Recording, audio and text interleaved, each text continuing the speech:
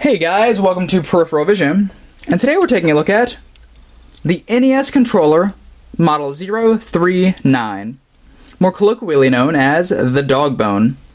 Now, the Dogbone controller was released in 1993 alongside a newly revised version of the Nintendo Entertainment System, this one known as the Top Loader.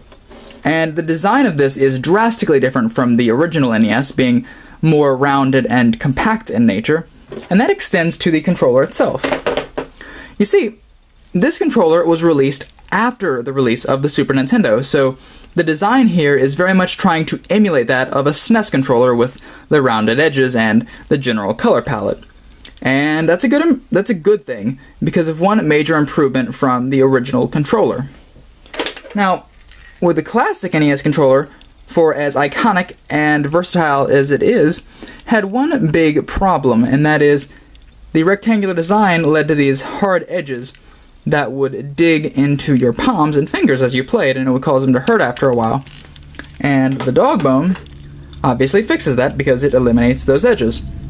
Other than that, the only major difference is obviously if you turn it around, you can see the model number is in fact NES-039, and that's sort of random for me. I don't know why they picked a 039, but I guess that's just a mystery Nintendo will keep.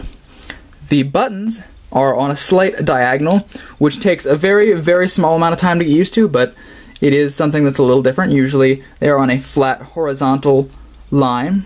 The start, select, and D-pad are all basically the same. I like the colors, the way the reds pop out from the grays. And that's pretty much all there is to say about the design in and of itself.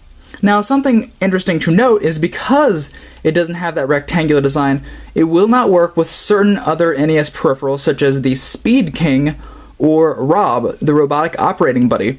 However, if your controller doesn't allow you to play with Rob or the Speed King, I consider that a plus, so you go, Dogbone. Later days.